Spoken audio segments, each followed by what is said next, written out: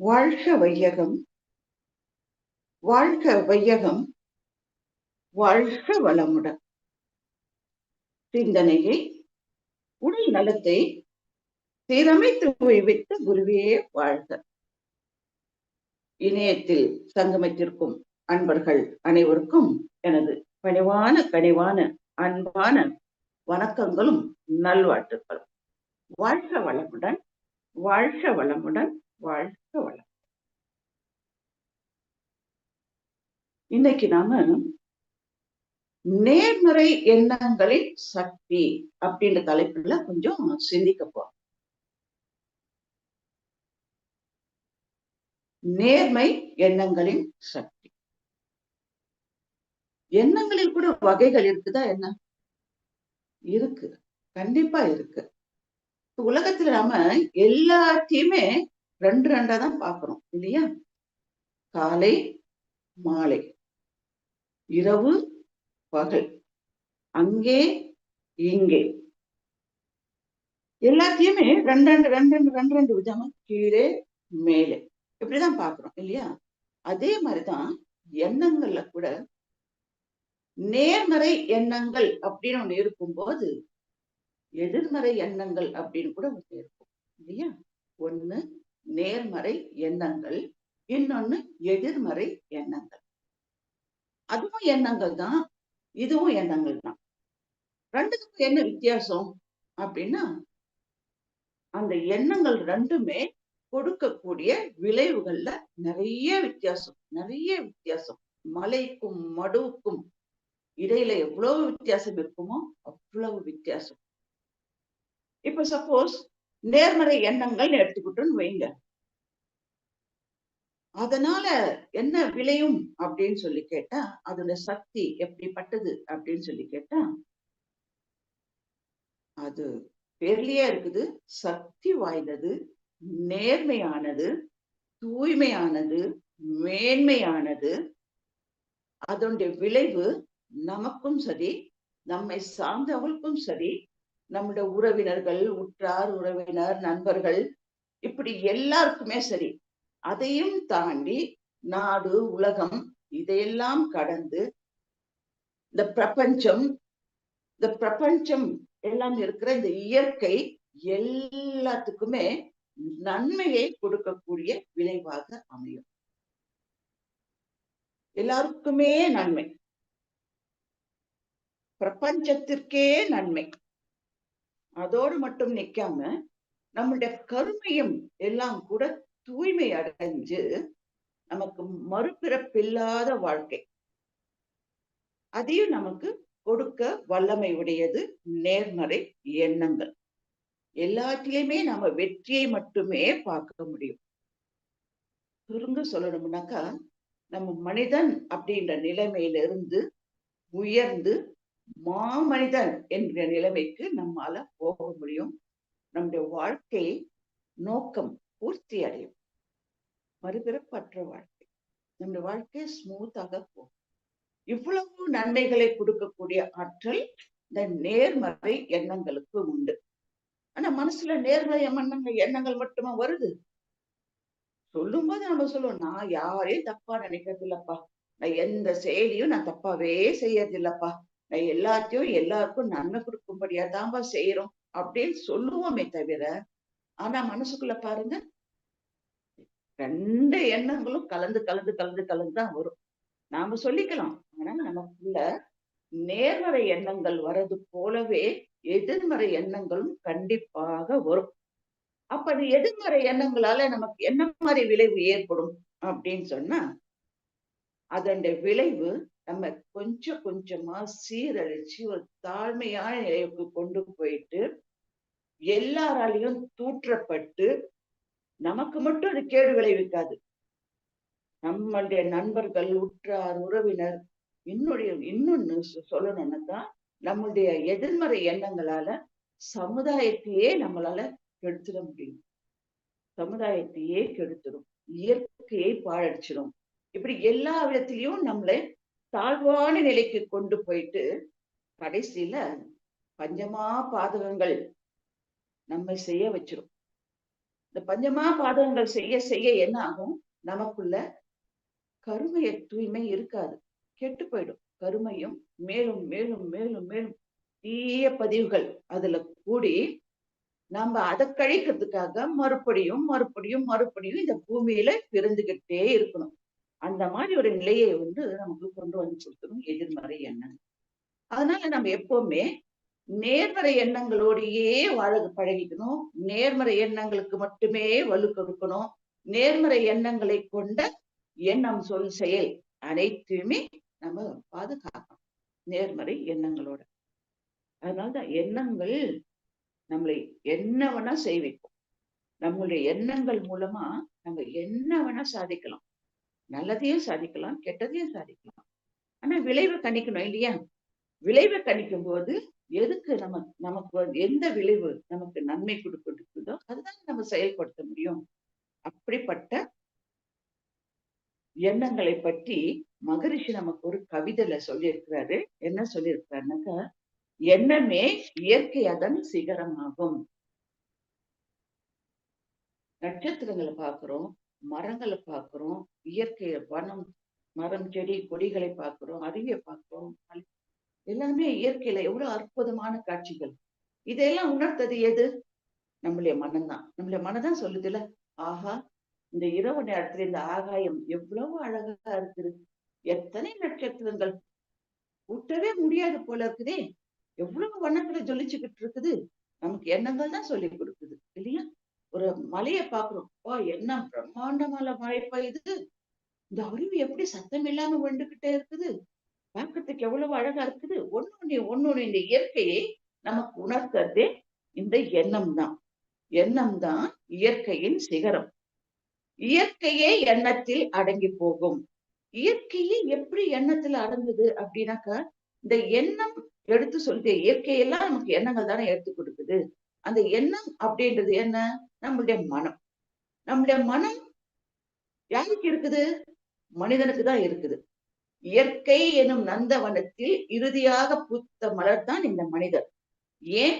இந்த மனம் என்கின்ற எல்லாத்தையும் எண்ணங்களாக எடுத்து உணர்த்தக்கூடிய மனதை கொண்டவன் மனிதன். அப்போ இந்த இயற்கை எல்லாமே நமக்குள்ள அடங்கி போகுது. நம்முடைய எண்ணங்களுக்குள்ள அடங்கி போகுது. எண்ணமே இயற்கை அதன் சிகரமாகும். எண்ணமே இயற்கையே எண்ணத்தில் அடங்கி போகும். அதோட நிக்கிதான் அப்படின்னாக்கா, எண்ணத்தின் நிலை காட்ட முடிவதில்லை. இது எப்படின்னாக்கா, சர்க்கரை இனிப்பா இருக்குதுன்னு சொல்ல முடியும். ஆனா இனிப்பு எப்படி இருக்குன்னு கேட்டா நம்மளால சொல்ல முடியுமா? சர்க்கரை கொடுக்குறாங்க, சாப்பிடுறோம், எப்படி இருக்குதுன்னு கேட்கறாங்க, இனிப்பா இருக்குது அப்படின்னு சொல்றோம். இனிப்பு எப்படி இருக்குதுன்னு கேட்டா நம்மளால சொல்ல முடியுமா? சொல்ல முடியாது. அதே மாதிரிதான் எண்ணத்துடைய நிலையை கூட நம்மளால காட்ட முடியாது. எத்தனையோ எண்ணங்கள் நமக்குள்ள ஓடிக்கிட்டே இருக்குது. காலையில பொழுது விடிஞ்சதுல இருந்து இரவு தூங்கும் வரைக்கும் கூட நமக்குள்ள பலவிதமான எண்ணங்கள் ஓடிக்கிட்டே இருக்குது.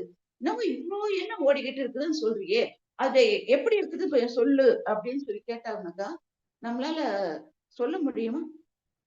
முடியாது. ஒரு உதாரணம் சொல்லணும்னாக்கா, ஒரு ஆசிரியர் என்ன சொல்லிடுறாரு, ஒரு 10 மாணவர்களை முன்னாடி உட்கார வச்சுக்கிறாரு. அவங்க கையில ஒரே மாதிரி ஸ்லேட்டு, ஒரே மாதிரி சாக் பீஸ் கொடுக்கிறார்.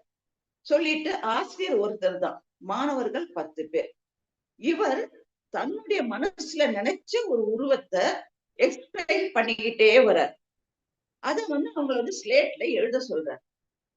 இப்ப இந்த ஆசிரியர் சொல்லி முடிச்சதுக்கு அப்புறம் அந்த மாணவர்களுடைய பலகைகளை எடுத்து பார்க்கும்போது, ஸ்லேட் எல்லாம் எடுத்து பார்க்கும்போது எல்லாம் ஒரே மாதிரியா இருக்குதானாக்கா இருக்காது. ஏன்னா இவர் ஒருத்தர் தானே வர்ணனை பண்ணாரு. அந்த 10 பேருக்கு ஒரே விதமான வார்த்தைகளை தானே சொன்னாரு. ஆனா அந்த 10 பேர் 10 விதமாக வரைஞ்சிருக்கிறாங்க. காரணம், ஒவ்வொருத்தருக்குள்ளேயும் அவங்களுடைய சூழ்நிலைக்கு ஏற்ற வகையில, அவங்களுடைய பிறந்து வளர்ந்த விதத்துல, அவங்களுடைய கருமையத்தின் காரணமாக அந்த எண்ணங்களும் சேர்ந்துதான் செயலுக்கு வரும். அப்போ அவங்களுக்கு என்ன மாதிரி எண்ணங்கள் தோணுதோ அதுக்கேத்த மாதிரிதான் அவங்க வரைவாங்க. ஆசிரியர் சொன்ன மாதிரியே அவங்க வரைஞ்சிருக்காங்கன்னு அதுவும் இருக்காது.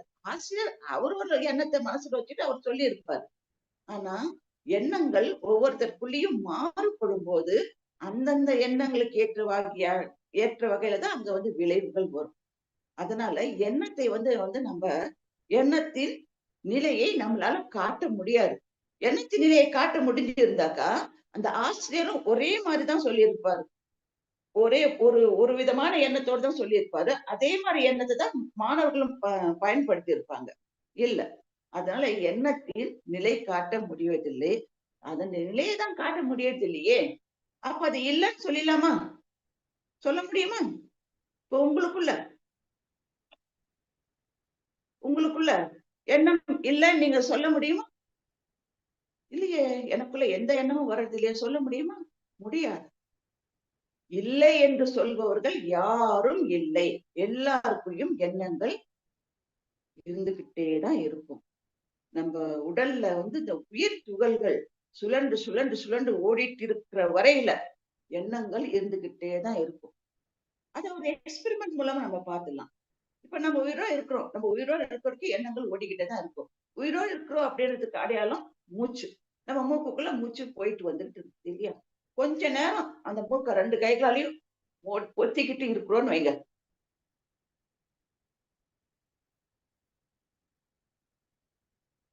இப்ப பாருங்க, உங்களுக்குள்ள எண்ணமும் இருக்காது. மூச்சு இருக்கிற வரையில எண்ணங்கள் இருக்கும். மூச்சு அடங்கும்போது எண்ணங்களும் அடங்கி போயிடும்.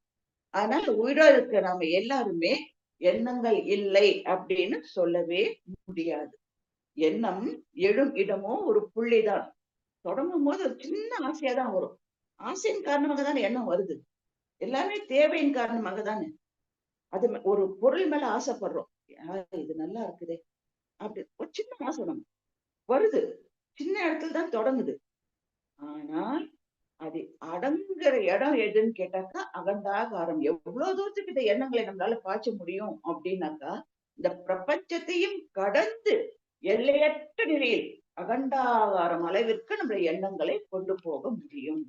தொடங்குற இடம் ஒரு சிறு புள்ளியா தான் தொடங்கும். ஆனா அந்த விரிவாக்கம் அப்படின்னு சொல்லி பார்க்கும்போது, அகண்டாகாரமாக அந்த எண்ணங்களை நம்மளால கொண்டு போக முடியும். எனவே இந்த இந்த கவி மூலமா மகரிஷி என்ன சொல்றாரு? எண்ணமே இயற்கை அதன் சிகரமாகும். இயற்கையே எண்ணத்தில் அடங்கி போகும். எண்ணத்தில் நிலை காட்ட முடிவதில்லை. இல்லை என்று சொல்லவும் யாரும் இல்லை. எண்ணம் எழும் இடமோ ஒரு புள்ளி. இயங்கி முடியும் அளவோ அகண்டாகாரம். நம்ம எந்த அளவுக்கு எண்ணங்களுக்கு வலு கூட்டுறோமோ அந்த அளவுக்கு நம்ம கொண்டு போக முடியும். எந்த அளவுக்குனாக்கா அகண்டாகார எல்லையற்ற நிலை அளவிற்கு நம்மளால இந்த எண்ணங்களை கொண்டு போக முடியும். எண்ணங்களை கொண்டு என்ன வேண்டுமானாலும் நம்மளால சாதிக்க முடியும். ஆனால் அங்கதான் நம்ம யோசிக்கணும். இந்த எண்ணங்களின் விளைவு எப்படிப்பட்டதாக இருக்கும்? அது எனக்கும் அடுத்தவர்களுக்கும் நன்மை கொடுக்கக்கூடியதாக இருக்குமா? இல்ல எனக்கும் மற்றவங்களுக்கும் தீமை கொடுக்கக்கூடியதாக இருக்குமா? அதை யோசிச்சுதான் நாம எண்ணங்களுக்கு வலுக்கணும். எப்பவுமே நேர்மறை எண்ணங்கள் மூலமா நமக்கு நன்மையே கிடைக்குது அப்படின்னு சொல்லும்போது, அந்த நேர்மறை எண்ணங்களை மட்டும்தான் நாம கொண்டு போக பார்க்கணும். அது எப்படி கொண்டு போக முடியும்? எண்ணங்கள் கலந்து, கலந்து, கலந்து, கலந்து வந்துட்டே தான் இருக்குது. அப்ப நம்ம எப்படி எண்ணங்களுக்கு நம்ம வலுக்கூட்ட நேர்மறை எண்ணங்களை மட்டுமே கொண்டு போக முடியும் அப்படின்னு சொன்னா, அதுக்கு மகரிஷி ஒரு சிறந்த உதாரணமா என்ன சொல்றாருன்னா, ஒரு கோர்ட் சீனை நமக்குள்ள கொண்டு வந்து காட்டுறார். இப்ப நீங்க எல்லாரும் கூட உங்க மனசுக்குள்ள ஒரு கோர்ட் சீனை நினைச்சுக்கோங்க. அந்த கோர்ட்ல என்னெல்லாம் இருக்கும் அப்படின்னாக்கா, ஜட்ஜ் இருப்பாரு, வாதி இருப்பாரு, பிரதிவாதி 2 பக்கத்துல கூண்டுல நின்னுட்டு இருப்பாங்க. அவங்களுக்கு வாதாடுறதுக்காக இவருக்கான ஒரு வக்கீல், அவருக்கான ஒரு வக்கீல் இருப்பாங்க. அதோடு பார்வையாளர்கள்னு சொல்லி சில பேர் உட்கார்ந்து இருப்பாங்க. இன்னும் கூட சில ஒர்க்கர்ஸ் எல்லாம் இருப்பாங்க. இப்ப இந்த மனிதர்கள் இருக்கிற இடத்துல நம்மள எண்ணங்களை கொண்டு போய் வைக்கணும் அப்படின்னு மகரிஷி சொல்றார். ஜட்ஜ் ஒரு எண்ணம், வாதி ஒரு எண்ணம், பிரதிவாதி ஒரு எண்ணம், அவங்களுக்கான வாதாடுற 2 வக்கீல்களும் 2 எண்ணங்கள். இந்த பார்வையாளர்கள் இடத்துல உட்கார்ந்து இருக்கிறாங்களே ஆடியன்ஸ், அவங்களும் கூட எண்ணங்கள் தான். இப்படி வச்சுட்டு இப்ப ஆராய்ச்சியை தொடங்குறார். எப்படின்னாக்கா, ஒரு எண்ணம் சொல்லுது, வாதின்னு வச்சுக்கலாமே. அந்த எண்ணம் சொல்லுது, நான் செஞ்சது சரிதான். அந்த வாதிக்கான எண்ணம் இருக்கிற இந்த வக்கீல், அவர் இவருக்காக பேசுறார். என்னுடைய கிளையண்ட் சொன்னது எல்லாமே நிஜம். அவர் செஞ்சதுனால எல்லாமே கரெக்ட்டு. அதுல எந்த தப்பும் இல்ல. எதிர்ல இருக்கிறவர் தான் மோசம் பண்ணிட்டாரு அப்படின்னு சொல்லிட்டு இந்த எண்ணம் சொல்லுது. அதுக்கு ஆப்போசிட்ல இருக்கிற அந்த எண்ணம், அவருக்காக பிரதிவாதிக்காக வாதாடுறதுக்காக ஒரு வக்கீல் இருக்கிறாரு இல்ல, அவர் சொல்றாரு, இல்ல இல்ல இல்ல இல்ல இல்ல. நீ இந்த மாதிரி ஒரு செயலை செஞ்சதுனால எத்தனை பேருக்கு துன்பம் விளைஞ்சிருக்குது தெரியுமா? அதனால நீ செஞ்சது ரொம்ப தப்பு. அதற்கான தண்டனை உனக்கு கிடைச்சே ஆகணும் அப்படின்னு இந்த எண்ணம். நம்ம மனசுக்குள்ள இந்த போராட்டங்கள் எல்லாம் நடக்குது. ஒரு பக்கம் ஒரு எண்ணம் சொல்லுது, நீ செஞ்சது ரைட்டுன்னு சொல்லிட்டு. இன்னொரு பக்கம் இன்னொரு எண்ணம் சொல்லுது, இல்ல இப்படி நான் செஞ்சிருக்க கூடாது அப்படின்னு சொல்லிட்டு. இத ஆடியன்ஸ் நம்ம மனசே தான் கவனிக்குது. அங்கேயும் எண்ணங்கள் தான் நின்னு கவனிக்குது. இது சரியா இவரும் அதான் சொல்றாரு. அதுவும் அவர் சொல்றதும் சரியா இருக்குது. இவர் சொல்றதும் சரியா இருக்குது. எததான் நம்ம எடுத்துக்கிறது? ஆடியன்ஸ் இடத்துலயும் எண்ணங்கள் வேலை செய்யுது. இப்ப எல்லா எண்ணங்களையும் இந்த ஜட்ஜ் இடத்துல இருக்கிற எண்ணம் கவனிக்குது. கவனிச்சு ஆராய்ச்சி பண்ணுது. ஆராய்ச்சி பண்ணி ஒரு தெளிவுக்கு வருது. தெளிவு வந்ததுக்கு அப்புறம் அவருடைய முடிவை சொல்லுது. யாராவது ஒருத்தர் யாருடைய எண்ணம் நல்ல எண்ணமோ, நல்ல விளைவை கொடுத்ததோ, அவங்கள பாராட்டுது. நீங்க செஞ்சதுதான் கரெக்ட். எதிர்ல இருக்கிறவங்களுக்கு சொல்லுது, நீ இந்த தப்பை இனிமே செய்யக்கூடாது. தண்டிக்குது. இந்த தண்டையை நீ ஏத்துக்கோ அப்படின்னு தண்டனை கொடுக்கும். ஆக நம்முடைய எண்ணங்களை கொண்டுதான் நம்மள ஆராய்ச்சி பண்ணணும். எண்ணங்களை கொண்டுதான் நமது எண்ணங்களை சீர்மைப்படுத்திக்கணும். நல்ல விளைவை கொடுக்கக்கூடிய எண்ணமா, நேர்மறையான எண்ணமா, இதனால் எனக்கு பல விதத்திலும் நன்மை இருக்குதா? அப்போ நேர்மறை எண்ணங்களுக்கு கொண்டு போக நான் என்ன செய்யணும்? எதிர்மறை எண்ணங்களுக்கு வலு கொடுக்க கூடாது. ஆனா சும்மா இருக்குதா? இல்ல. வருது. திரும்ப திரும்ப வருது. நீ வேணாம் அப்படின்னு சொல்லி ஒதுக்கி விட்டாலும் கூட, அது திரும்ப திரும்ப நமக்குள்ள எழுச்சி பெறுது. அப்ப என்ன செய்யணும்? அந்த விளைவ அதுக்கு ஒரு முடிச்சா கட்டி விட்டுடணும். அந்த எண்ணம் வரும்போதே, பாரு, நீ எனக்கு வந்து நான் உன்னை செயல்படுத்தினா, இந்த மாரி ஒரு துன்ப விளைவை நான் அனுபவிக்க வேண்டியிருக்கும். அதனால நீ எனக்குள்ளே மீண்டும் மீண்டும் வராதே! அப்படின்னு சொல்லிட்டு, அந்த முடிச்சையும் அந்த எண்ணத்தோடு போடும்போது, திரும்ப திரும்ப அந்த எண்ணங்கள் வரும்போது, அந்த முடிச்சு கூட கூடவே வரும். இந்த எண்ணம் இந்த மாதிரியான துன்ப விளைவை கொடுக்கும். இந்த எண்ணம் இப்படி ஒரு துன்ப விளைவை கொடுத்து என்னை படுகுழியில தள்ளிடும். அப்படின்ற அந்த எண்ணமும் கூட சேர்ந்து சேர்ந்து வரும்போது, அது வேண்டாம் அப்படின்னு சொல்லிட்டு நம்ம முடிவு பண்றோம் இல்லையா? கொஞ்சமா, கொஞ்சம் கொஞ்சமா, கொஞ்சம் கொஞ்சமா அது அடங்கி போயிடும். வராது. இந்த மாரி எண்ணங்களை சீரமைக்கணும் அப்படின்னாக்கா, நமக்கு உதவுறது நம்முடைய தவங்கள் தான். இந்த தவங்களுக்குள்ள நம்ம வர்றதுக்கு முன்னாடி, தவங்கள தெரிஞ்சுக்கிறதுக்கு முன்னாடி, நம்மளுடைய நிலைமை எப்படி இருந்துச்சுன்னாக்கா, நம்முடைய மன அலை சுழல் 14க்கும் 40க்கும் இடையே அப்படியும், இப்படியும், அப்படி இப்படியும் அலைப்பாஞ்சுகிட்டே இருந்துச்சு. எது சரி, எது சரியில்ல தெரிந்து கொள்ள முடியாத அளவுக்கு நாம மனசுல அலைகள் அடிச்சுக்கிட்டே இருந்துச்சு. அமைதி இல்ல. நிலை இல்ல. கடல் அலைகள் ஓன்னு வந்துட்டே இருக்கிற மாரி, நாம இந்த எண்ணங்கள் மூலமா டிஸ்டர்ப் ஆயிட்டே இருந்தோம். எந்த எண்ணத்தை செயல்படுத்தணும், எந்த எண்ணத்துக்கு முக்கியத்துவம் குடுக்கணும், இதெல்லாம் தெரியாம கஷ்டப்பட்டுட்டு இருந்தோம். தவங்கள் நமக்கு பெரிதும் உதவி பண்ணுது. அதுக்காக தான் தவங்கள். தவங்கள் செய்ய செய்ய செய்ய செய்ய செய்ய என்ன ஆகுதுன்னாக்கா, மனம் ஒடுங்கி, ஒடுங்கி, ஒடுங்கி, ஒடுங்கி கடைசியில 1, 3 1, 3 அதுக்கு மேல கிடையாது. மிக மிக மிக மிக நுண்ணிய அலை இயக்கத்துக்கு நம்ம வந்துரும். இந்த அலை இயக்கத்துக்கு வந்து பழகிடும் போதுதான் நம்மளால எப்படிப்பட்ட ஒரு எண்ணம் வந்தாலும் அந்த எண்ணத்தை வச்சு நாம சீரமைக்க முடியும். எண்ணங்களை ஆராய முடியும். அதனாலதான் ஒரு கவிதை ஒண்ணு கொடுத்திருக்காருல்ல, அந்த இறைநிலையோடு எண்ணம். 1ல இருந்து 3ன்னு போகும்போது நம்ம இறைநிலை லெவலுக்கு வந்துடும். ஆதியாகிய சிவனுடன் ஒன்றாக இணைந்து சமநிலையை அடையிறோம் இல்லையா? துரியாதீன தவத்துல. துரியாதீன தவத்துலதான் 1க்கு 3ன்ற நிலைமைக்கு நம்ம வரோம். அப்போ அந்த சமநிலையில நாம இருந்து சிந்திக்கும் போதுதான் இறைநிலையோடு எண்ணத்தை கலக்கவிட்டு ஏற்படும் ஒரு அமைதியில் மனசு அமைதியாயிடும். விழிப்பாய் நிற்க அந்த அமைதி வந்த உடனே நம்ம விழிப்பா இருக்கணும். இந்த ஸ்டேஜ் தான் நமக்கு முக்கியம். இந்த ஸ்டேஜ்ல நம்ம விழிப்பா இருக்கணும் அப்படின்னு சொல்லிட்டு ஒரு விழிப்பு நிலையை நம்ம நமக்குள்ளேயே ஏற்படுத்திக்கிறோம். நிறை நிலையே தானாக உணர்வதாகும். அமைதி வந்துடும், சாந்தம் வந்துடும், நிறை நிலையோடு இருப்போம். இது போதும், இவ்வளவு போதும். இந்த அதிகப்படியான எண்ணங்கள் வேண்டாம், பேராசை கொண்ட எண்ணங்கள் வேண்டாம். எவ்வளவு இருக்குதோ அதை வச்சுட்டு நம்மளால சீரும் சிறப்புமாக வாழ முடியும். நிறை நிலையே தானாக உணர்வதாகும். இது எப்போ? நித்தம் நித்தம் உயிர் உள்ள வரையில். ஏன்னா உயிரிலருக்கு இந்த எண்ணங்கள் வந்துட்டு தானே இருக்குது. கொஞ்சம் விட்டனா டக்குன்னு சொல்லிட்டு எண்ணங்கள் வர ஆரம்பிச்சிடுது இல்லையா? இப்ப நித்தம் நித்தம் உயிர் உடலில் எங்கும் மட்டும் உறைந்து உறைந்து இந்நிலையில் பழகிக் கொள்ள அதுலயே உறைஞ்சு போயிடும். அதுலயே இதுதான்ப்பா, இந்த இந்த 1ல இருந்து 3க்குள்ளதான்ப்பா நான் எப்பவுமே இருப்பேன். அதுதான்ப்பா எனக்கு நல்ல விளைவுகளை கொடுக்கக்கூடிய எண்ணங்களை எல்லாம் செயல்படுத்த உதவியா இருக்குது. உறைந்து உறைந்து இந்நிலையில் பழகிக் கொள்ள உலக இன்பங்களில் அளவு கிட்டும். ஏன்னா அந்த உலக இன்பத்துல பொருளுக்கோ புகழுக்கோ மயங்கிதானே, அந்த மாயையில சிக்கிதானே நம்ம மறுபடியும் மறுபடியும் தவறான எண்ணங்களுக்கு இடம் கொடுக்கிறோம்.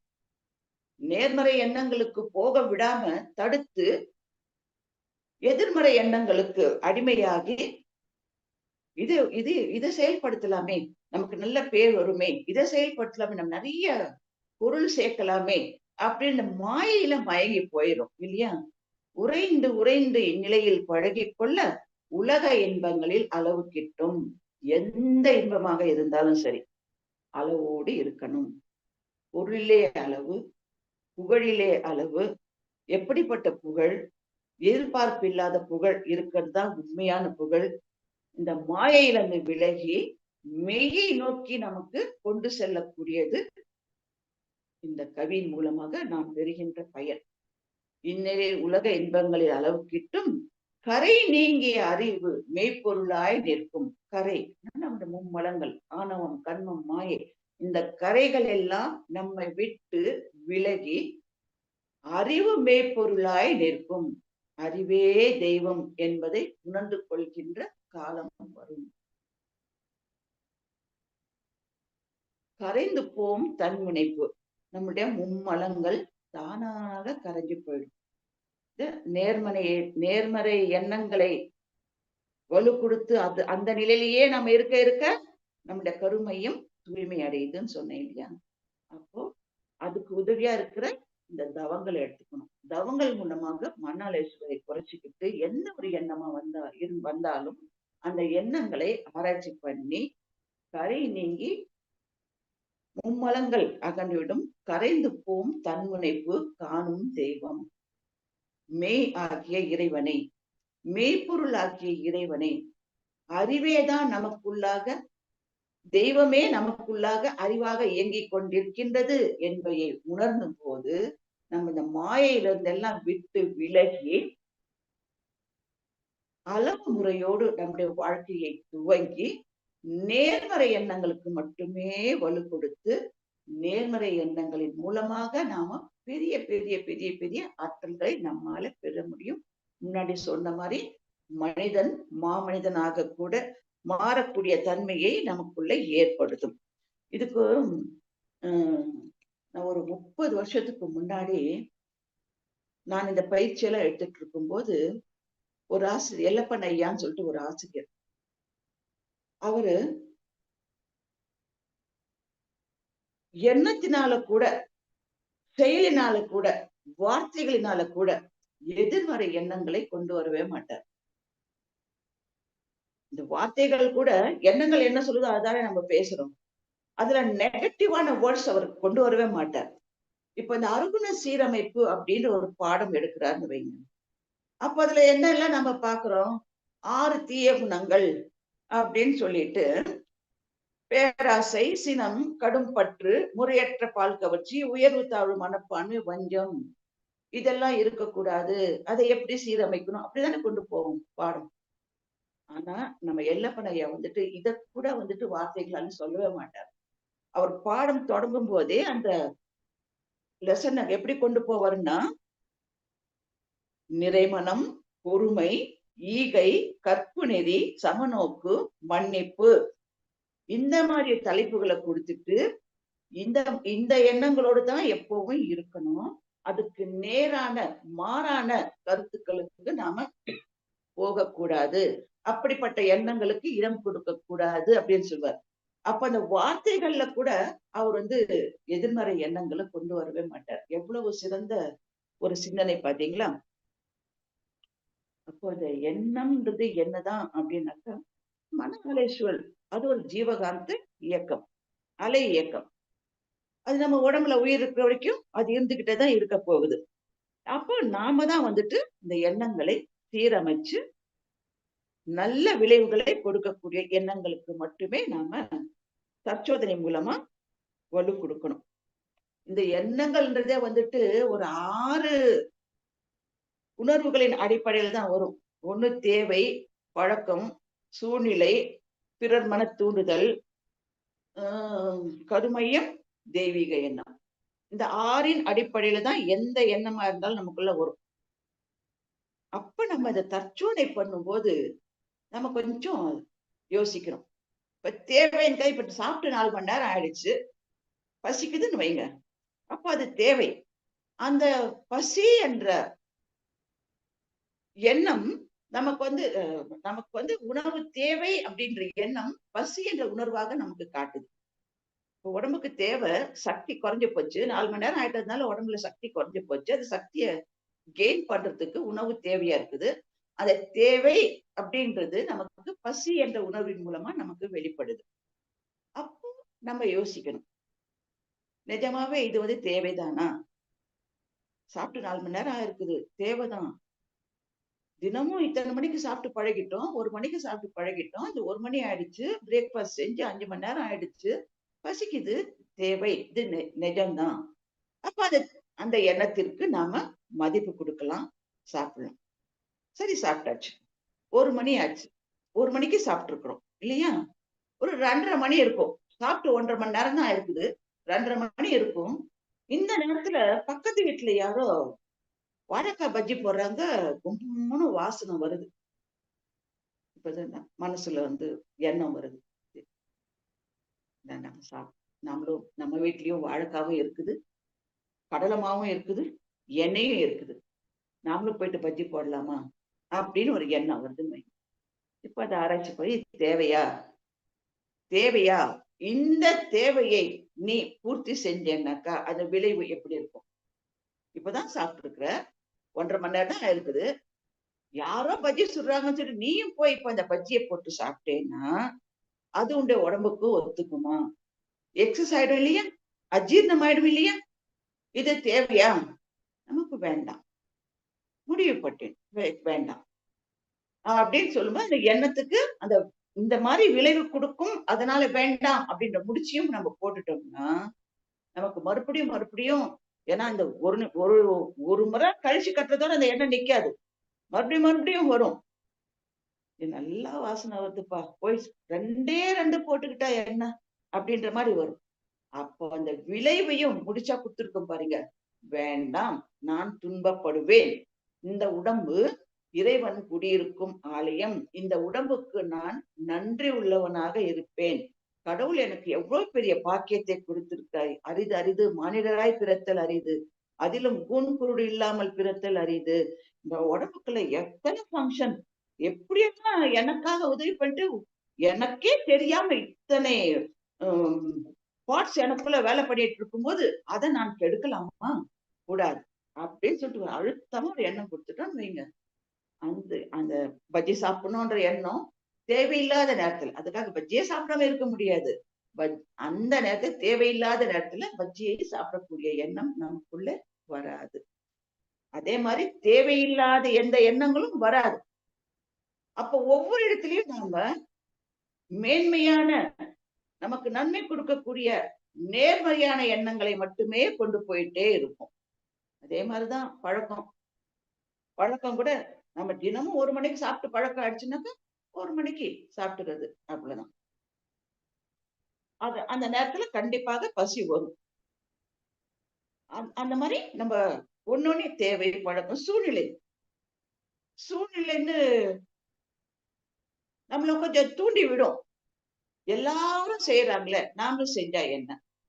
நம்ம இப்பதான் சாப்பிட்டுட்டு காஃபி, டிஃபன் எல்லாம் வீட்டுல சாப்பிட்டுட்டு தான் கோயிலுக்கு போயிருக்கிறோம். அங்க சூழ்நிலை பிரசாதம் இவ்வளவு நிறைய கொடுக்குறாங்க. அதை நம்ம சாப்பிடுறதா அப்படின்னு சொல்லி அந்த சூழ்நிலைக்கான எல்லாரும் சாப்பிடுறாங்களே, நானும் சாப்பிட்டா என்ன அப்படின்னு சொல்லி யோசிக்கும் போது அந்த தற்சோதனை பண்ணி இதை நமக்கு ஒத்துக்குமா ஒத்துக்காதா, இந்த நேரத்துல நம்ம சாப்பிடுறது நல்லதா கெட்டதா, அது கொண்டு வந்து வீட்டுல வச்சுட்டு நைட் சாப்பிடலாமே, நைட் உணவுக்கு யூஸ் பண்ணிக்கலாமே, டின்னருக்கு யூஸ் பண்ணிக்கலாமே, இப்படியான ஒவ்வொருடையும் நாம யோசிச்சு யோசிச்சு யோசிச்சு யோசிச்சு தற்சோதனை தவங்களின் பலனாக தற்சோதனை செஞ்சு செஞ்சு செஞ்சு செஞ்சு தேவையற்ற எண்ணங்களை நம்மிடம் இருந்து குறைச்சு குறைச்சு குறைச்சு கழிச்சு நீக்கி நேர்மறை எண்ணங்களுக்கு மட்டுமே நாம வலு கொடுக்கணும். அதே மாதிரி சில நேரங்கள்ல கருமை நம்ம எண்ணம் எதுவுமே யோசிச்சிருக்க மாட்டோம். திடீர்னு ஒரு எண்ணம் வரும். என்னடா இப்படியோ திடீர்னு ஒரு எண்ணம் வருது, நம்ம முன்ன பின்ன இதை பத்தி யோசிச்சதே இல்லையே, இப்ப சூழ்நிலையும் இல்ல, எனக்கு இது பழக்கமும் இல்ல, தேவையும் இல்ல, யாரும் என்ன தூண்டி விடவும் இல்ல, ஒரு முறை செய்ப்பா பரவாயில்ல அப்படின்னு தூண்டி விடவும் இல்ல, அப்படி இப்படி இந்த எண்ணம் வந்துச்சு அப்படின்னாக்கா நம்முடைய மூதாதையர்கள் மூலமாக நம்முடைய கருமையத்துல பதிந்து விட்ட ஒரு எண்ணம் இப்போ உன்னாலதான் இது முடியும், செயலாக்கு அப்படின்னு வரும். அதுலயும் தீய எண்ணங்களும் உண்டு, நல்ல எண்ணங்களும் உண்டு. அங்கேயும் தற்சோதனை கொண்டு போகணும். தற்சோதனை கொண்டு போகும்போது அது எனக்கோ அடுத்தவர்களுக்கோ உலகத்துக்கோ பிரபஞ்சத்துக்கோ நன்மை கொடுக்கக்கூடியதாக இருந்தால் அந்த எண்ணத்துக்கு வலு கொடுக்கலாம்.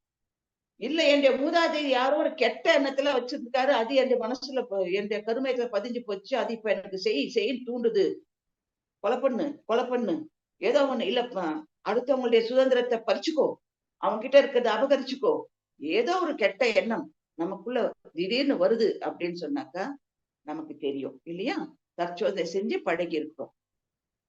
அவங்க செஞ்சாங்க, நான் செய்ய மாட்டேன். அதுக்கு மாறா அந்த கருமையின் தூய்மை அடைவதற்கு நான் என்ன பரிகாரம் செய்ய முடியுமோ அதை வேணா நான் செய்வேனே தவிர இந்த எண்ணங்களுக்கு நான் இடம் கொடுக்க மாட்டேன் அப்படின்னு சொல்லிட்டு முடிவுக்கு வரணும். அது மட்டும் இல்ல, கடைசியா தெய்வீக எண்ணங்கள்னு ஒண்ணு இருக்குது. தெய்வீக எண்ணங்கள் எப்பவுமே தப்பா இருக்காது. நம்முடைய முன்னோர்கள் யாரோ செஞ்ச ஒரு புண்ணியத்தின் காரணமாக, அவங்களுடைய வித்திட்ட காரணமாக அவங்க செய்யணும்னு நினைச்சிருந்தாங்க, செய்ய முடியாம போயிட்டாங்க. இப்போ என்ன தேர்ந்தெடுத்திருக்குது அந்த எண்ணம், அந்த கருமையம் என்ன தேர்ந்தெடுக்குது, நீ செய்வ அப்படின்னு சொல்லிட்டு எனக்குள்ள அந்த கருமையத்தான அந்த எண்ணம் வருது. பள்ளிக்கூடம் கட்டுறதோ, கோயில் கட்டுறதோ, மருத்துவமனை கட்டுறதோ, ஏதோ ஒரு நல்ல எண்ணம், அதன் மூலமா பலருக்கும் பலன் பயக்கக்கூடிய எண்ணம் அப்படி வருது அப்படின்னு சொல்லும் போது அதுக்கு நம்ம முக்கியத்துவம் கொடுக்கலாம். முக்கியத்துவம் கொடுத்து அதை வலு கொடுத்து அதுக்கு என்னெல்லாம் நம்ம செய்ய முடியுமோ அது அப்படி எல்லாம் நம்ம கஷ்டப்பட்டாவது இந்த எண்ணம் என்கிட்டயாவது பூர்த்தி அடைத்தோம். என்னுடைய முன்னோர்கள் நினைச்சாங்க, அவங்களால முடியல, என் மூலமாவது இது நிறைவேறட்டும் அப்படின்னு சொல்லிட்டு அந்த எண்ணத்தை செஞ்சு முடிக்கணும். அதன் மூலமாக பிரபஞ்சமே நம்மை வாழ்த்தும்.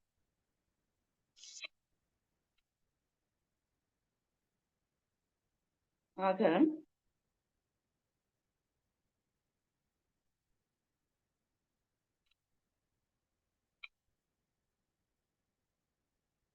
இதுக்கு முன்னாடி இன்னொரு கவி எண்ணத்தை பத்தி மகரிஷி நமக்கு கொடுத்திருக்காரு. அது நம்ம முன்ன பார்த்தோம் இல்லையா, எண்ணங்களை கொண்டுதான் எண்ணங்களை ஆராயணும் அப்படின்னு சொல்லி சொன்னேன் இல்லையா, அதுக்கு கூட ஒரு கவிதை மகரிஷி கொடுத்திருக்காரு. என்னன்னு சொன்னா, எண்ணத்தை எண்ணத்தால் எண்ணி எண்ணி, எண்ணங்களை கொண்டுதானே எண்ணங்களை சீரமைக்கணும், எண்ணத்தை எண்ணத்தால் எண்ணி எண்ணி எண்ணத்தின் இருப்பிடமும் இயல்பும் கண்டு எதுக்காக இது நடக்குது, எதுக்காக இந்த எண்ணம் வருது அப்படின்னு சொல்லிட்டு ஆராய்ந்து எண்ணத்தை எண்ணத்தில் நிலைக்க செய்தால், எண்ணத்தை கொண்டே எண்ணத்தை நிலைக்க செய்யணும். இந்த எண்ணம் வருவதற்கு என்ன காரணம் அப்படின்னு சொல்லிட்டு எண்ணத்தையே கொண்டு போகணும் அங்க. அப்படி கொண்டு போகும்போது எண்ணமே பழக்கத்தால் தெளிந்து போகும். காரணம் நமக்கு புரிஞ்சிடும். எண்ணம் அது எழும்போதே இது ஏன் என்று எண்ணத்தால் ஆராய்ந்தால் சுலபமாக எண்ணத்தின் காரணமும் விளைவும் காணும். இந்த 6 தேவை, பழக்கம், சூழ்நிலை எல்லாம் சொன்னேன் இல்லையா? அது எது ஒரு காரணமாக இந்த எண்ணம் வந்திருக்குது அப்படின்னு சொல்லிட்டு காரணம் நமக்கு தெரிஞ்சு போகும். அப்படி தெரிஞ்சு போச்சுன்னாக்கா நாம வேணுமா வேணாமா அந்த எண்ணத்தின் காரணமும் விளைவும் காணும். காரணம் மட்டும் இல்ல, இதன் காரணமா தான் இந்த எண்ணம் வந்திருக்குன்னு சொல்லிட்டு அதன் விளைவையும் அது எடுத்து காட்டும்.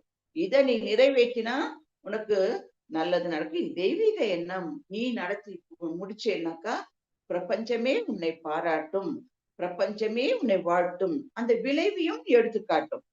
எண்ணத்தின் காரணமும் விளைவும் காணும், எழும் எண்ணம் யாவும் நற்பயனாய் மாறும்.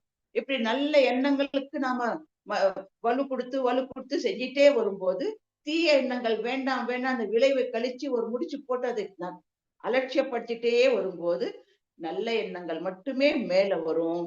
தீய எண்ணங்கள் கொஞ்சம் கொஞ்சமாக நம்மை விட்டு மறைஞ்சு போயிடும். எழும் எண்ணம் யாவும் நற்பயனாய் மாறும் அப்படின்னு சொல்லிட்டு எண்ணத்தின் காரணமும் விளைவும் கண்டு எண்ணம் எழும் எண்ணம் யாவும் நற்பயனாக மாறும் அப்படின்னு சொல்லிட்டு எண்ணத்தை பற்றி மகரிஷி நமக்கு நிறைய கவிதைகளை கொடுத்திருக்காங்க. அது 1, 2 நாம பார்த்திருக்கிறோம். அதனால எண்ணங்களை கொண்டுதான் நாம விளைவுகளை கணிச்சு எண்ணங்களுக்கு நாம இடம் கொடுக்கணும். ஒரு 2 உதாரணங்கள் மட்டும் பார்த்துட்டு நம்ம நிறைவு பண்ணிக்கலாம். என்னன்னாக்கா நல்ல ரெண்டுமே வந்துட்டு உண்மையில நடந்த நிகழ்ச்சி. ஒரு எதிர்மறை எண்ணத்தை செயல்படுத்தின ஒருவருக்கு என்னாச்சு, நேர்மறை எண்ணத்தை செயல்படுத்தின ஒருவருக்கு என்னாச்சு, அதான் இப்ப நம்ம பார்க்க போறோம். முதல்ல எதிர்மறை எண்ணம் கொடுத்தவரை பத்தி பார்ப்போம். ஒரு மாணவன், அவனுக்கு எம்பிபிஎஸ் படிக்கணும்னு ஆசை. ஒரு எண்ணம் வந்துருச்சு, நாம மருத்துவம் படிச்சா என்ன அப்படின்னு சொல்லிட்டு எண்ணம் வந்துருச்சு. ஆனா அவன் மனசு பூரா எதிர்மறை எண்ணங்கள். என்னால அந்த நீட் தேர்வு எழுத முடியுமா, நான் பாஸ் ஆவேனா, ஒருவேளை நான் ஃபெயில் ஆயிட்டா நான் தாங்குவேனா, எங்க அம்மா அப்பா என்ன திட்டாம இருப்பாங்களா, ஏச மாட்டாங்களா, என் ஃப்ரெண்ட்ஸ் எல்லாரும் பெருசா என்ன எம்பிபிஎஸ் படிக்க போறான்னு சொல்லிட்டு நீட் எழுதுனா இந்த ஃபெயில் ஆயிட்டான் அப்படின்னு சொல்லிட்டு கேலி பேச மாட்டாங்களா, இப்படியே நினைச்சு நினைச்சு நினைச்சு நினைச்சு என்ன செய்யறான், கடைசியில எக்ஸாம் எழுதுறதுக்கு கூட ஒரு துணிவு இல்லாம அவன் சூசைட் பண்ணிக்கிறான். அவன் மனசுக்குள்ள இருந்த எதிர்மறை எண்ணங்கள் அவனை இப்ப அவனால அவனுக்கும் பலன் இல்லை, அவனை சார்ந்தவங்களுக்கும் பலன் இல்லை, அவனை பெற்றவங்களுக்கும் பலன் இல்லை. அவன் இவ்வளவு நாள் இந்த உலகத்துல இருந்ததே பூமிக்கு பாரம் இல்லையா, அதனால யாருக்குமே பலன் இல்லாம போயிடுச்சு. அதே வந்துட்டு ஒரு நேர்மறை எண்ணம் கொண்ட ஒரு நபரை பத்தி நாம யோசிப்போம். நேர்மறை எண்ணங்கள், ஒரு பொண்ணு ஹாரிகான்னு பேரு, தெலுங்கானா மாநிலத்துல. ரெண்டுமே உண்மை கதைகள் தான், உண்மை நிகழ்ச்சிகள் தான், கதை இல்ல நிகழ்ச்சி. ஹரிகான்னு பேரு, ரொம்ப ஏழ்மையான குடும்பம், தாயும் மகளும் மட்டும்தான். அந்த பொண்ணுக்கு தந்தையும் இல்லை, அவங்க அம்மா பீடி சுத்துற தொழிலாளி. இந்த பொண்ணுக்கும் மெடிக்கல் படிக்கணும்னு எண்ணம் வரும். அவங்க அம்மா கிட்ட சொல்றா, அம்மா எனக்கு மெடிக்கல் படிக்கணும்னு ஆசையா இருக்குமா. அவங்க அம்மா சொல்றாங்க, என்னம்மா நம்மளுடைய நிலைமை உனக்கு தெரியாதா, நம்ம கிட்ட ஒரு செல்போன் கூட கிடையாது, நீ எப்படி நீட் எக்ஸாம் எழுத முடியும் அப்படின்னு சொல்றாங்க. ஆனாலும் அந்த அம்மாவுக்கு மனசு கேட்கல, முயற்சி பண்றாங்க. நேர்மறை எண்ணம், அதுக்கு சக்தி அதிகம். என் மகள் எம்பிபிஎஸ் படிச்சா அவ எத்தனை பேருக்கு உதவி பண்ணுவா, எத்தனை பேர் அவளால பலன் அடைவாங்க, அப்ப நாம ஒரு முயற்சி பண்ணலாம் அப்படின்னு சொல்லிட்டு நம்ம நேர்மறை எண்ணங்களுக்கு இறங்கிட்டாலே அதோட சக்தி நமக்கு எல்லா பக்கத்துல இருந்தும் வந்து உதவியா கிடைக்க ஆரம்பிச்சிடும்.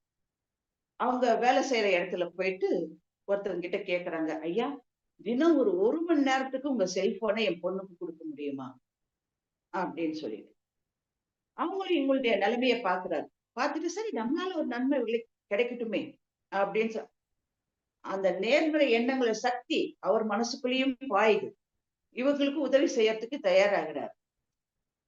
தினம் ஒரு 1 மணி நேரத்துக்கு செல்போன் குடுக்குறாங்க. அந்த அம்மா கொண்டு போய் பொண்ணுகிட்ட குடுத்து, தினம் 1 மணி நேரம் பயன்படுத்திக்கோ. இத வச்சு நீ உன்னை எப்படி டெவலப் பண்ணிக்க முடியுமோ பண்ணிக்கோ அப்படின்றாங்க. அந்த 1 மணி நேரத்தை பயன்படுத்தி ஆன்லைன்ல நிறைய தகவல்கள சேகரிச்சுக்கிட்டு அந்த பொண்ணு, அந்த மத்த நேரங்கள்ல 1 மணி நேரம் தானே செல்போன் இருக்குது. மத்த நேரங்கள்ல அங்க, இங்க லைப்ரரில படிச்சு, அவங்க இவங்க சொல்றது, அவங்களுடைய எக்ஸ்பீரியன்ஸ் இப்படி எங்க எங்க எல்லாம் தகவல் சேகரிக்க முடியுமோ, அங்கெல்லாம் தகவல சேகரிச்சுக்கிட்டு, அந்த பொண்ணு நீட் எக்ஸாம் எழுதுறா. நல்ல மார்க்ஸு. ஃப்ரீ சீட் கிடைக்குது அவளுக்கு எம்பிபிஎஸ்ல. இப்ப பாருங்க. எண்ணங்கள் நேர்மறையா இருக்கும்போது, அதுக்கு எப்படி சக்திய குடுக்குது நமக்கு? எப்படி மேல் நோக்கி போறதுக்கு நமக்கு இன்னைக்கு அவ எம்பிபிஎஸ்ல சேர்ந்திருக்கிறா. நாளைக்கு அவளால எத்தனை உயிர்கள் காப்பாற்றப்படும்? எத்தனை பேர் பலனடைவாங்க? இல்லையா? அதனால நம்ம எப்பவுமே நல்ல எண்ணங்களை மட்டுமே, நேர்மறை எண்ணங்களை மட்டுமே வளர்த்திக் கொள்வதில் கவனமாக இருக்க வேண்டும். நல்ல விளைவை எந்த ஒரு எண்ணமா இருந்தாலும் நல்ல விளைவை கொடுக்கக்கூடிய செயல்களை வலு கொடுத்து அத வந்து நிறைவேற்றிக்க முயற்சி பண்ணணும்.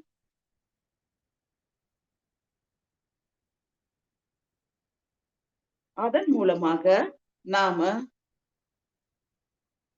நாமும் பயன்பெறுவோம். இந்த நேர்மறை எண்ணங்களை கொண்டு நாம் செயல்களை செய்யும்போது, அதனால் நாமும் பலனடைவோம். மற்றவர்களையும் வாழ வைப்போம். நம்மளுடைய மறுபிறப்பற்ற தன்மையும் ஏன்னா நம்மள நல்ல செய்ய நம்முடைய கருமைய தூய்மை அடைஞ்சிடுது. முன்னோர்கள் மூலமா பதிவுகள் இருந்தாலும் கூட, அதையும் நம்ம பரிகாரங்கள் மூலமா, மத்தவங்களுக்கு நல்லது செய்யறது மூலமா அத கழிச்சிடுறோம்.